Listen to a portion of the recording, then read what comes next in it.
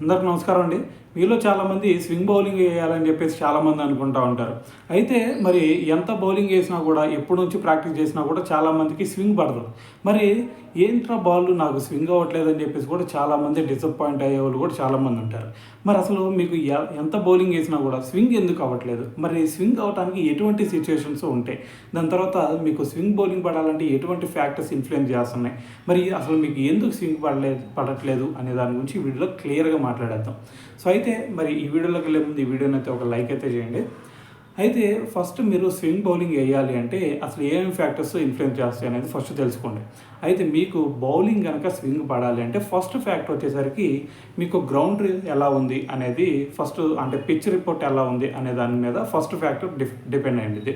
దాని తర్వాత బాల్ మీద కూడా డిపెండ్ అయ్యింది. మీ బాల్ అనేది ఇటువంటి లెదర్ బాలా, లేదంటే టెన్నిస్ బాలా, లేదంటే ఇంకా వేరే బాలా అనేది ఫస్ట్ తెలుసుకోవాలి. సో దాని తర్వాత, ఎందుకంటే అక్కడ టెన్నిస్ బాల్ అంటే మరి టెన్నిస్ బాల్ని కొంచెం స్వింగ్ చేయాలంటే కొంచెం కష్టమైన పని. సో ఇటువంటి లెదర్ బాల్ని మనం స్వింగ్ చేయాలంటే చాలా ఈజీగా చేసేయచ్చు. మరి దాని తర్వాత మీరు రిలీజ్ చేసేది, అంటే మీరు గ్రిప్ ఎలా పట్టుకుంటున్నారు అనే దాని మీద కూడా థర్డ్ ఫ్యాక్టర్ అయితే డిపెండ్ అయి ఉంటుంది మీకు స్వింగ్ పడాలి అంటే. మరి దాని తర్వాత ఇంకో ఫ్యాక్టర్ ఏదన్నా డిపెండ్ అయి ఉందా అంటే మీరు రిలీజ్ చేసేటప్పుడు మీరు ఎలా రిలీజ్ చేస్తున్నారు అనే దాని మీద కూడా మీకు మెయిన్గా డిపెండ్ అయి ఉంటుంది స్వింగ్ అవ్వాలి అంటే. సో దాని తర్వాత ఫ్యాక్టర్ ఏదన్నా ఉంది అంటే మీకు పేస్ అటాక్, మీ పేస్ అటాక్ ఎలా ఉంది అనే దాని మీద కూడా మీకు స్వింగ్ అనేది డిపెండ్ అయి ఉంటుంది. సో అయితే మరి వీటి గురించి సపరేట్గా మాట్లాడతాం ఇప్పుడు.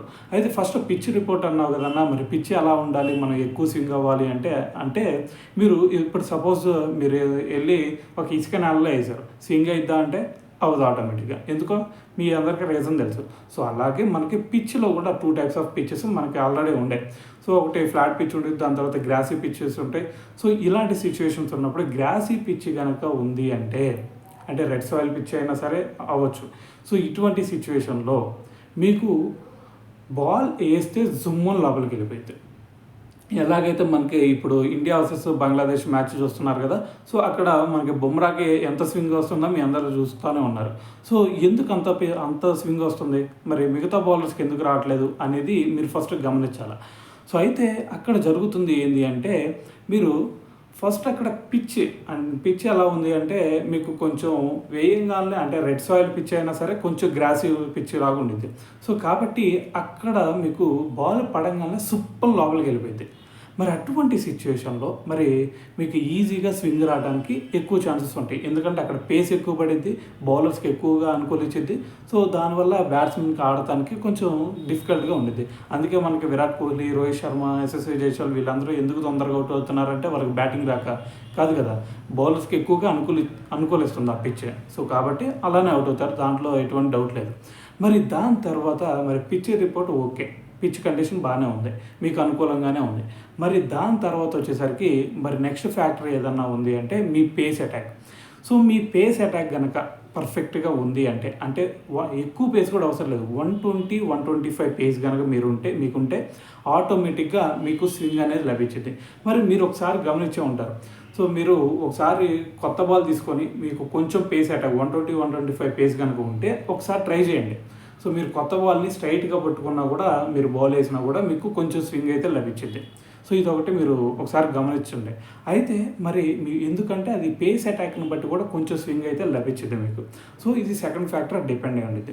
దాని తర్వాత మీరు పట్టుకోవాల్సిన గ్రిప్ ఎలా ఉంది అనేది ఫస్ట్ మీరు ఆలోచించాలి.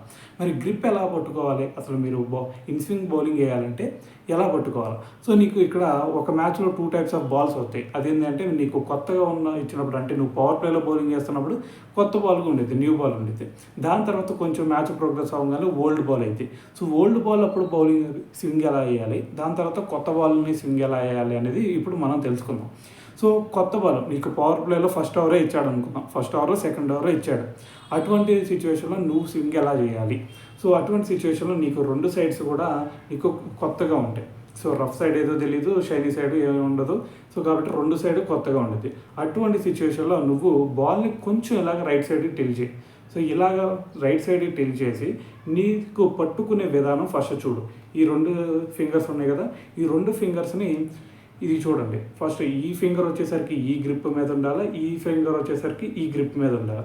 ఎందుకంటే ఇలాగే ఎందుకు పట్టుకోవాలి అంటే ఫస్ట్ ఇలా పట్టుకోవటం వల్ల మీకు ఒక అడ్వాంటేజ్ ఉంది. అదేంటి అంటే నీకు బాల్ సరిగ్గా గ్రిప్ అయింది నీ చేతుల్లో. నీకు సరిగ్గా ఎప్పుడైతే గ్రిప్ అవుతుందో అప్పుడు నువ్వు ఈజీగా ఇంకా పేస్ జనరేట్ చేయడానికి ఈజీగా ఉండిద్ది. దాని తర్వాత నీకు స్వింగ్ కూడా ఎంత పేస్ ఎక్కువ ఉంటే అంతే ఈజీగా నీకు స్వింగ్ కూడా అయింది. సో కాబట్టి నేను చెప్పేది ఏంటంటే ఇలాగ గ్రిప్ పొజిషన్ చాలా మంచిగా ఉండాలా నీకు. సో ఇది ఫస్ట్ గుర్తుపెట్టుకో. సో సరే, నీకు పేస్ అటాక్ మంచిగా ఉంది, పిచ్ కండిషన్ మంచిగా ఉంది, నువ్వు గ్రిప్ కూడా సరిగ్గానే పట్టుకున్నావు. సో ఇప్పుడు దాని తర్వాత ఇంకొకటి మనం మాట్లాడుకోవాలి. ఇది న్యూ బాల్ కాబట్టి కొంచెం పక్కకు తిప్పి పట్టుకున్నాం, సరే ఓకే. అలా కాకుండా నీకు బాల్ కొంచెం ఓల్డ్ అయింది. సో అటువంటి సిచ్యువేషన్లో నీకు ఇది షైనీ సైడ్, అంటే బయట వైపు అయితే షైనీ సైడ్ పెట్టాలి. సో నీకు ఎటైతే నీకు బాల్ స్వింగ్ అవ్వాలి అనుకుంటున్నావు అది రఫ్ సైడ్ కాబట్టి, సో రఫ్ సైడ్ అటువైపు తిప్పు.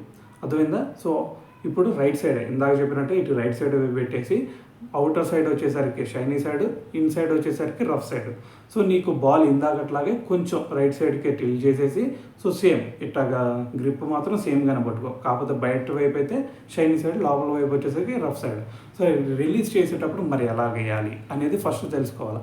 సో ఇది చెప్తుంది ఎప్పుడు నీకు బాల్ కొంచెం ఒక 10 అవర్స్ కంప్లీట్ అయిపోయిన తర్వాత, బాల్ కొంచెం ఓల్డ్ అయిన తర్వాత. ఇందాక చెప్పింది న్యూ బాల్, ఇప్పుడు ఓల్డ్ బాల్, షైనీ సైడ్ బయట, రఫ్ సైడ్ లోపల.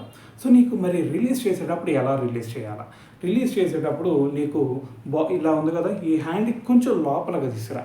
సో దీనివల్ల ఏంటంటే నీకు అడ్వాంటేజ్ ఏంటంటే, నువ్వు లోపలికి ఇలా వేయటం వల్ల ఏంటి అంటే నీకు ఆటోమేటిక్గా నీకు ఇటువైపు నుంచి వేస్తున్నావు కాబట్టి లోపలికి వెళ్ళే ఛాన్స్ ఎక్కువ ఉంటుంది. సో అంటే నీకు రిలీజింగ్ పాయింట్ నువ్వు ఎక్కడ రిలీజ్ చేస్తున్నావు. సో ఇలాగ రిలీజ్ చేస్తే నీకు లోపలికి కొంచెం వెళ్ళే ఛాన్స్ ఉంటుంది. సో అలా కాకుండా నువ్వు ఇలా రిలీజ్ చేసావంటే బాల్ అటు నుంచి వచ్చేసి నీకు స్వింగ్ అవడానికి ఛాన్స్ ఉండదు. సో కాబట్టి మేజర్గా ఇక్కడ నువ్వు ఎలా బౌలింగ్ చేస్తున్నావు, ఎలా రిలీజ్ చేస్తున్నావు అనేది కూడా ఇక్కడ నీకు మెయిన్ ఇంపార్టెంట్. ఇది గుర్తుపెట్టుకో.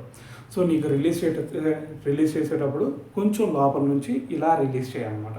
సో అర్థమైందా? సో కొంచెం లోపలగా అంటే నీ ఈ చెవుకి కొంచెం లోపలగా రిలీజ్ చేస్తే ఆటోమేటిక్గా నువ్వు పట్టుకునే దాని మీద నీకు స్వింగ్ ఉంది, అంటే గ్రిప్ పట్టుకునే దాంట్లో నీకు స్వింగ్ అయ్యే ఛాన్స్ ఉంది. నువ్వు రిలీజ్ చేసే పాయింట్లో కూడా నీకు స్వింగ్ ఉండిద్ది. దాని తర్వాత నీ పేస్ అటాక్ వల్ల కూడా నీకు స్వింగ్ అయితే లభించింది. సో దీనివల్ల ఏంటంటే నీకు స్వింగ్ అవడానికి ఎక్కువ ఛాన్స్ ఉండిద్ది. సో దాని తర్వాత మనం చెప్పుకున్నట్టు పేస్ అటాక్ కూడా దీంట్లో ఇన్ఫ్లుయెన్స్ చేసిద్ది అనమాట.